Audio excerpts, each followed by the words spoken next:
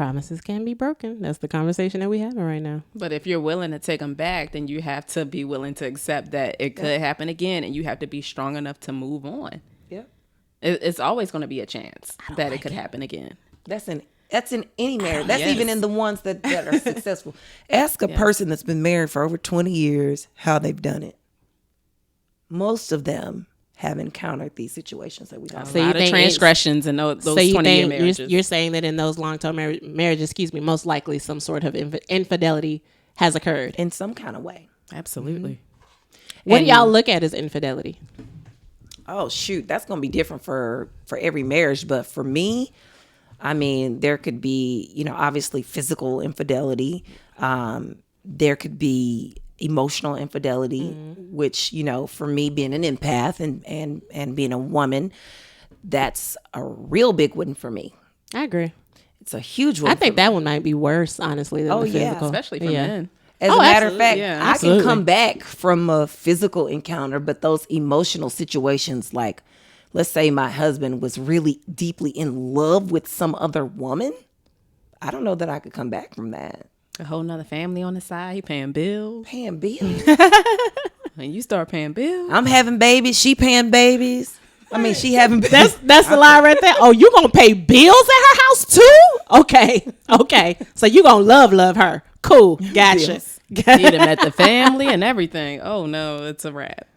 Yep. And y'all, it's actually more common than we think it is. Mm-hmm. What's that? These double, triple families out here. Whole side families. Oh, honey, I have been watching these documentaries about people that went off on their husband as their wives because they done had some craziness going on. So I believe it. Yep. How do you maintain all of that? All of that. That's a lot. Wait. But how do you maintain it as the individual? But how does the other individual not know? I mean, I feel like if you're maintaining a whole entire family, you have to be away from these men. I don't know, primary family. I don't know what it's called, but you have to be away from that family. Not necessarily. These men who do this, they're manipulators. Yeah. They know how to work it. Oh, I'm away on a business trip this week. As a matter of fact, Negro, you work at Dollar General. You are not on a business trip. These men who have two families, they know how to work it. They know how to manipulate their women. They know how to, baby, I'm not doing anything. I'm just away on business. Trust me. I met somebody when I first moved here that was the side piece. And she said that she only wanted to be the side piece because she would never put up with the stuff that the wife puts up with. And she prefers to have it that way because he does support her lifestyle. He does take care of all those bills. He does fulfill her physically. And she's an older woman, so doesn't have like a super hyper need to have him around all the time. When he comes in town, he tells his wife that he's on a business trip. Of course. He's with her for a week or two at a time, and then they've had their time. And then the side pieces, they taking on a business trip. I was literally about to say, and sadly enough, a lot of these side chicks are okay with being side chicks. Like it's the thing in not even in 2020. That's been going on for probably years, but that it's like you said, it's easier. There's no responsibility for them. They're getting their bills paid. They're going on trips. They getting bags. They getting Gucci or whatever it is. And then the poor wife is at home in a dirty robe trying to clean up your dirty kid. You know what, man? Y'all are whore. Not the dirty. Get me started. Y'all be a side piece that's gonna level up while you. Come on, that's what August did. Put it into an investment That's what August did, girl. He done made a whole song off of it. Throw it in a savings account. Who cares about a Gucci bag? But you know what? It's funny that you say that. A lot of the side pieces are doing that now. They're taking their I don't know, is it sugar daddy? Is it still a sugar daddy? Well, that's older. A whole different thing. God, sugar daddy is older. Sugar daddy is when you're with an older man. And a lot of times those sugar daddies aren't looking for those kind of entanglements. They're just looking for a companion. We have to come up with another word than entanglements. I'm already tired of the word. We can't do it for the culture no more. Sorry. What's another word for it? What was an entanglement before it was an entanglement? I guess before Jada. Side piece. A side piece. My side piece. She said it so smooth too. She said, and Will was like an entanglement. An entanglement, Jada. You mean a relationship? Right. I got an entanglement.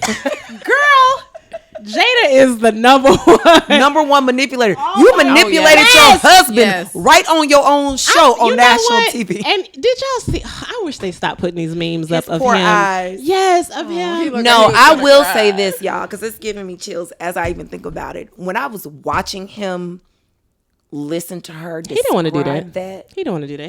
He was too hurt. He looked crushed at that moment. Now, I'm sure it took him back to a very tough time in their relationship. But the internets need to leave him alone because that's not right.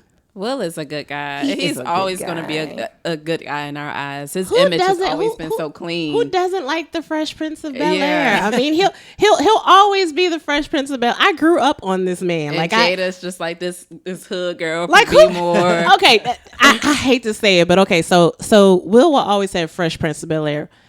What do we know Jada from? Set it off, baby. A different world for me. She was on a different world for 10 minutes. Like, she was on a different world. But like, my first memory of Jada. Set It Off was what created Set It Off, right. Made her the star that she is. She was already in the business. Yeah. Speaking of a different world, a Tupac was on a different world. Right.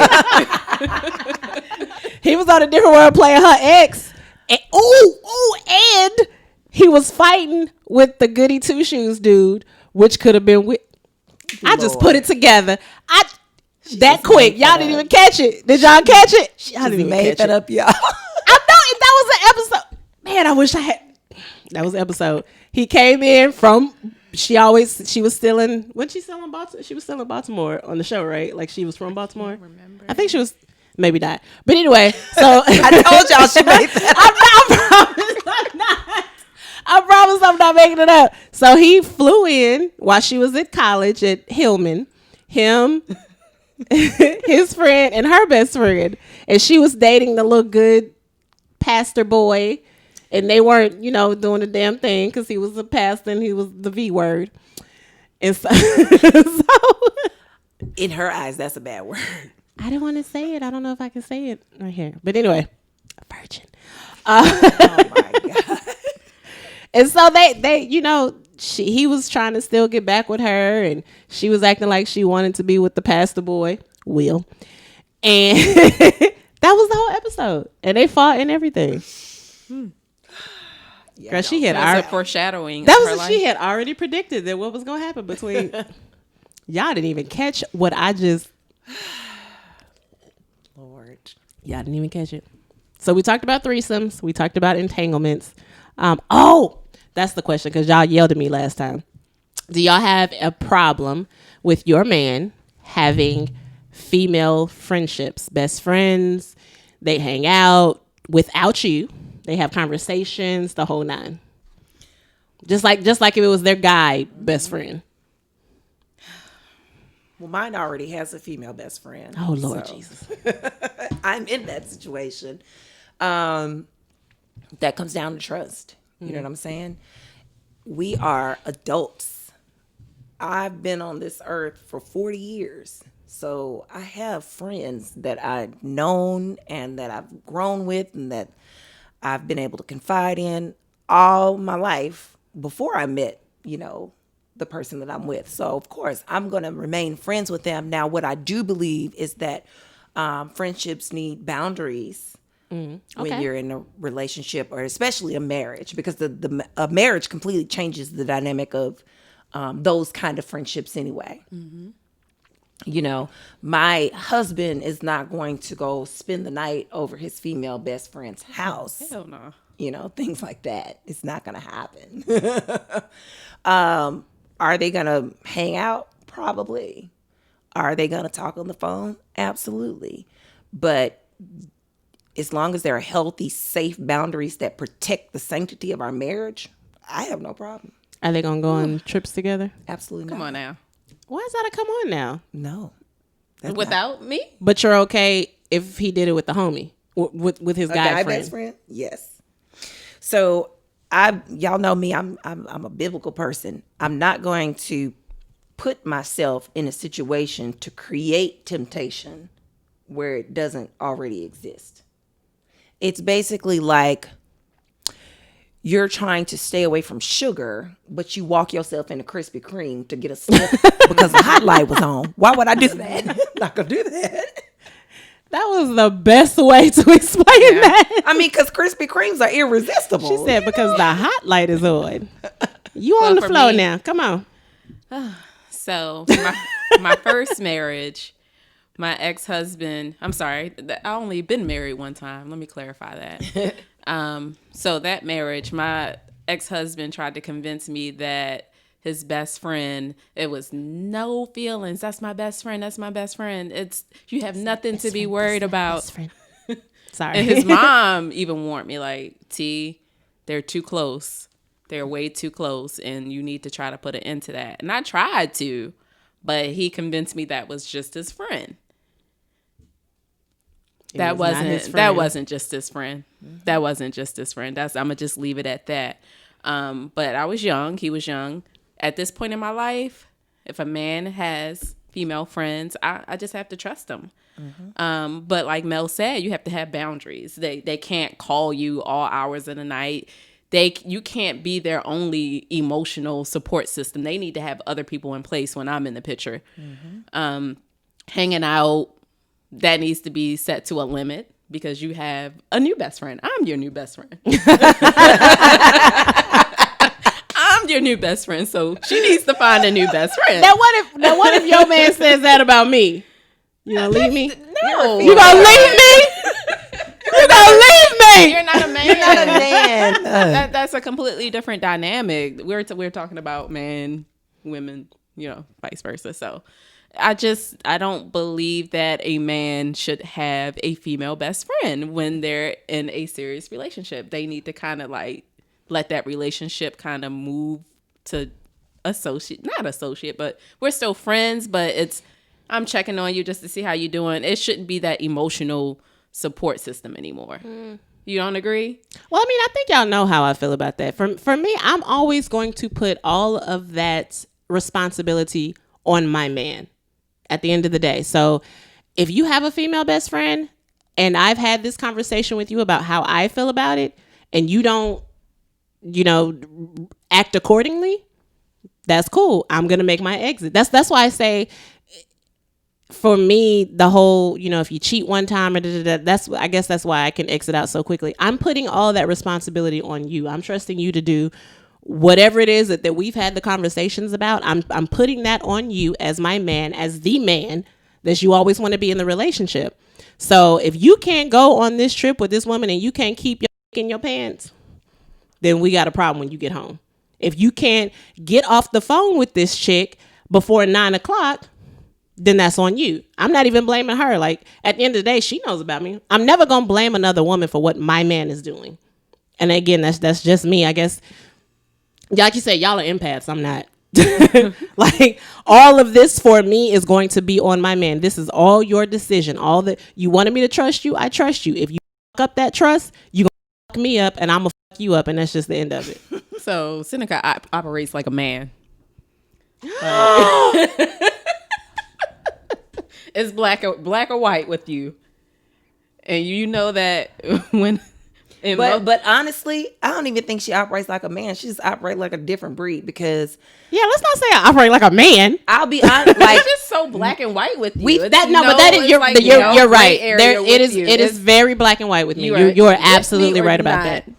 I'm gonna if you be over, that's on you. I'm done. I mean, y'all, we've had conversations and we've talked about this. Yes, it's very black and white with me, especially when it comes to my significant other. And it's only because of things that I've seen, things that I've experienced. I'm not willing to give my all into a situation and you give your half and I give you another chance to do it because, I don't know, you're my man. I for me, that doesn't, I can't wrap my mind around that. That's just me. That's just me. Maybe I haven't had enough experiences when it comes to relationships to kind of understand the empath part of the being the woman and having to fight a little bit harder for the relationship. Maybe that's, my problem. And I've said that to you guys, but as of right now, yeah, it's very black and white. I don't know, Mel. What do you think? You think she's black? I think that I'm if very she's black. in that situation, black or white, but I think that if she was in that situation, it's some previous situations. I was going to say, I can't really say what I want to say. No, go ahead. No, I'm open book. Go ahead. But in some previous situations, as Tiara was mentioning, I've seen you be gray. Are we talking about recently?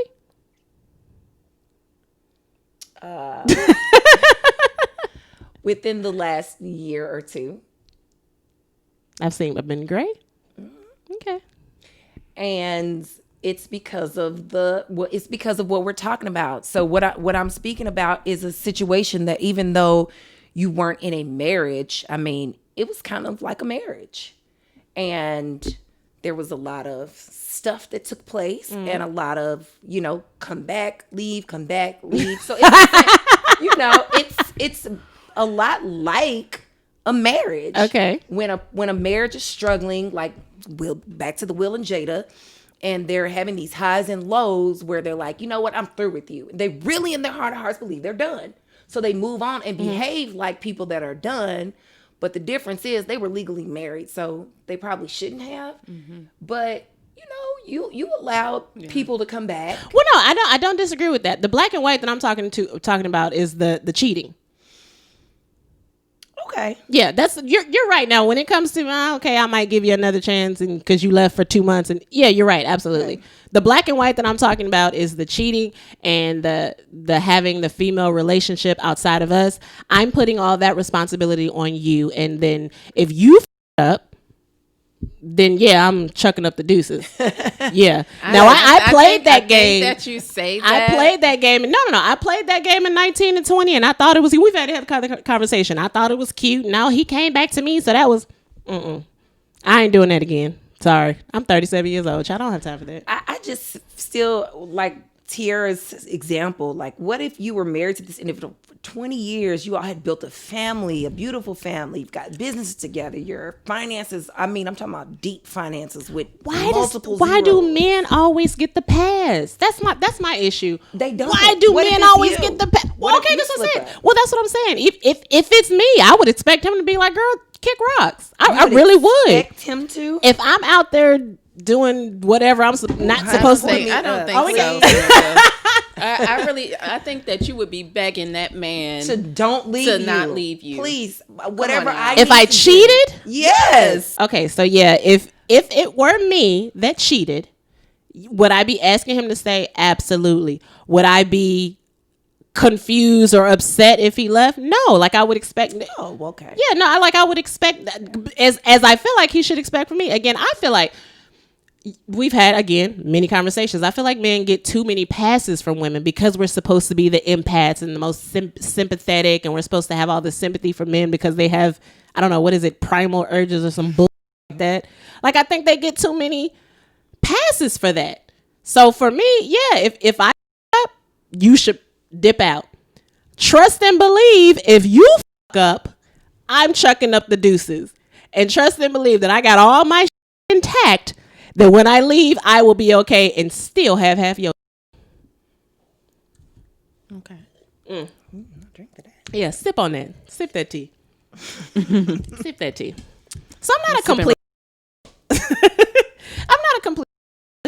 If I up and my man feels like he needs to dip out on me, am I going to try to fight for him? Absolutely. If he leaves me, am I going to cut his wrist? No, I'm not gonna do that. I ain't gonna do that. He has every right to leave. Okay. Stop cheating. What if he leaves you for the other woman? Oh. So that goes back to what I was saying. I'm not fighting no chick for my dude. Well, I hope not. I'm not fighting my man to stay with me if you leave me for another woman. You won, mama. He's yours. As a matter of fact, I'm going to go upstairs and I'm going to pack his bags very nicely. And I'm going to sit them outside on the porch so y'all can just swing through and pick up his stuff. But in that same breath, trust and believe he'll be leaving with half. And at this point, probably less than half. You won, girl. He yours. You heard it first. You won, girl. He is yours, child. He is yours. I'm surprised that she would actually pack up your stuff. Neatly too, girl. Instead of just burning it and setting it on fire like Angela Bassett did in Waiting to Exhale. No, girl, I'm going to neatly package it up too, girl. I might even bubble wrap it.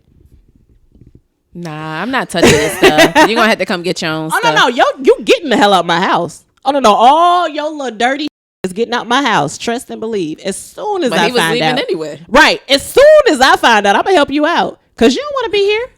So my ex-husband actually did leave.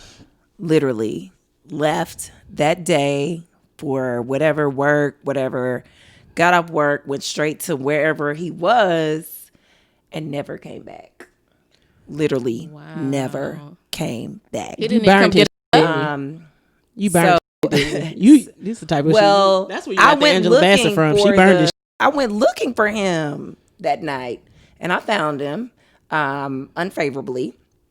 And he told me he was coming to get his stuff the next day. Oh Lord! I said, "The hell you are? You ain't coming to get shit in this house. Stuff? What you ain't got no stuff. The only stuff you got is the stuff the judge say you can have. Because at that point, it was just too much. That part. It was too much. That part. But the judge was on my side. Now, obviously, I couldn't withhold his personal belongings. But obviously, in a marriage, like all this shit up in here is ours. It ain't yours. Mm-hmm. So you don't get to just come up in here and be like, I'm taking that. That. No, I'm gonna tell you, you can have the things that I say you can have. So I let him come back, and he was in the closet getting his stuff. I said, okay, time's up, gotta go. Whatever's left, I'll sit it outside. So, that's a good one. Do y'all believe in prenups? I totally believe in prenups. Good.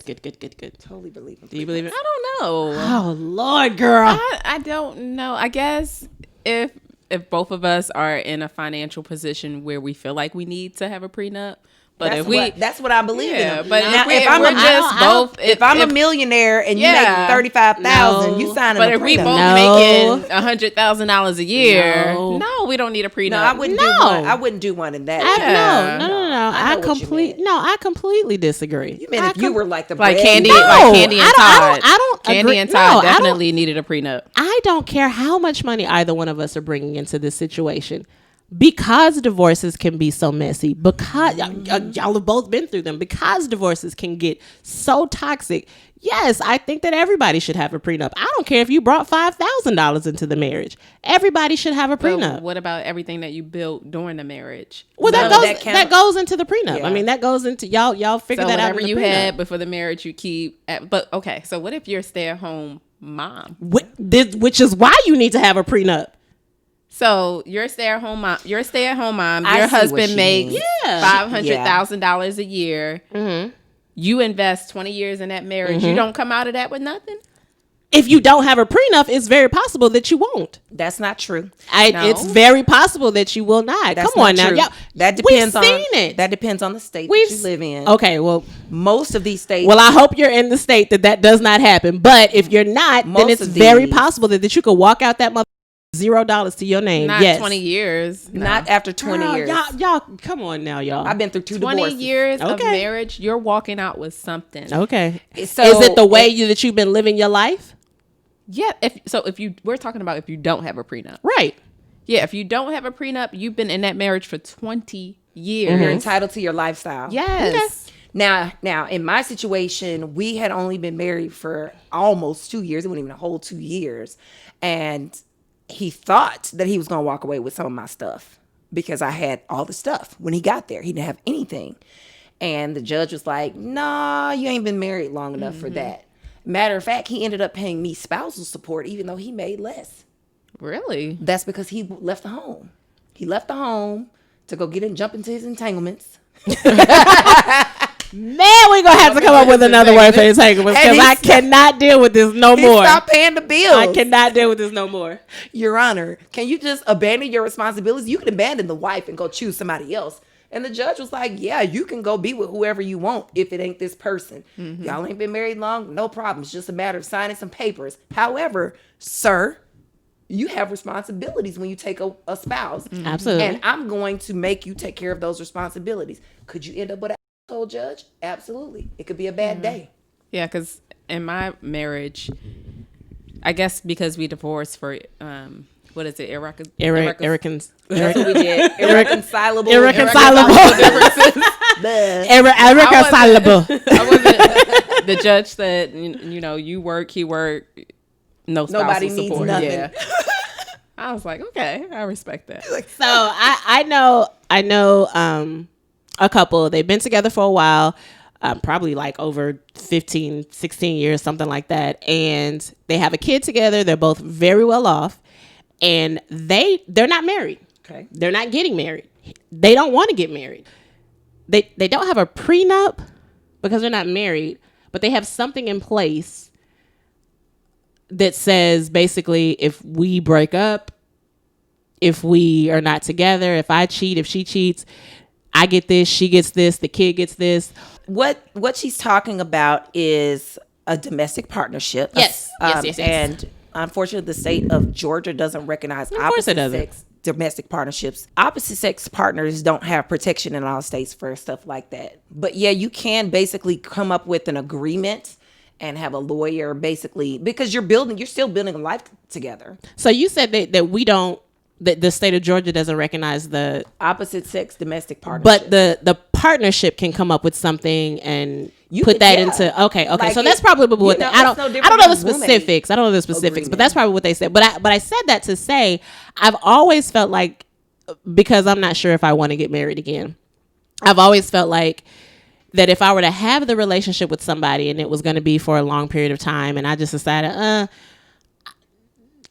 I'm not sure if I just want to sign the piece of paper and put the ring on to make that the official, now I'm married now. What would be a way to still protect myself? Like you said, if I'm putting my all into this situation for however many years, how do I protect myself? And I was talking to this guy and he was telling me about it. He was like, oh yeah, we have all this in place because neither one of us want to get married. We're both, they're definitely in the, if it ain't broke, don't fix it. And it is working for them. They're flourishing. They're both very well off. Their kid is great. So they're just like, hey, they call each other wife. They call each other husband. Mm-hmm. They're just saying, yo, if we break up, I'm not finna go to a judge and let that man tell me, sitting up on some bitch, tell me what I'm gonna do with my family. Okay. So I could live like that all day long.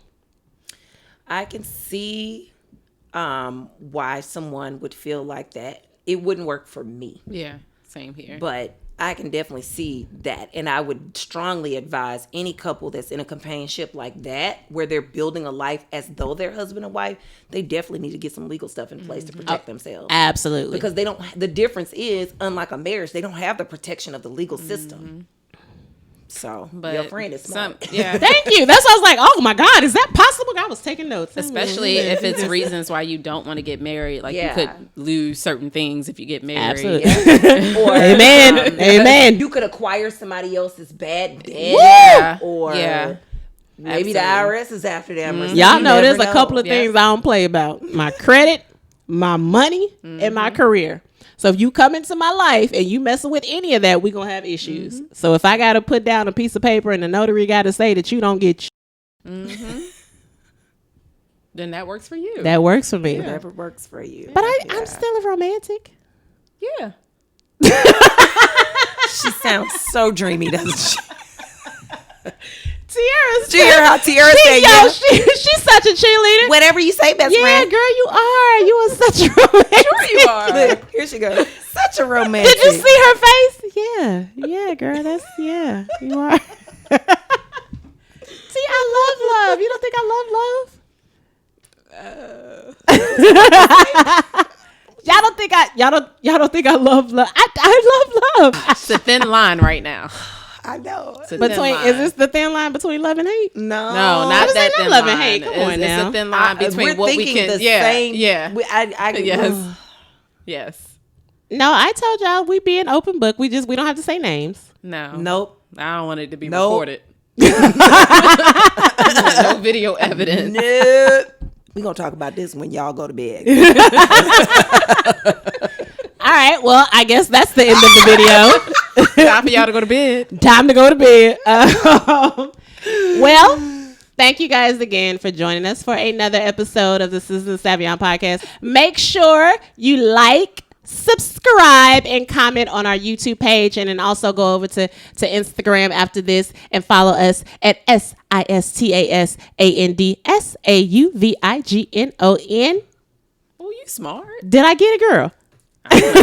She went to a magnet school for like 10 minutes. Sistas Sauvignon at Instagram so y'all can keep up with us. And as always, until we pour again, my loves. Yeah, yeah.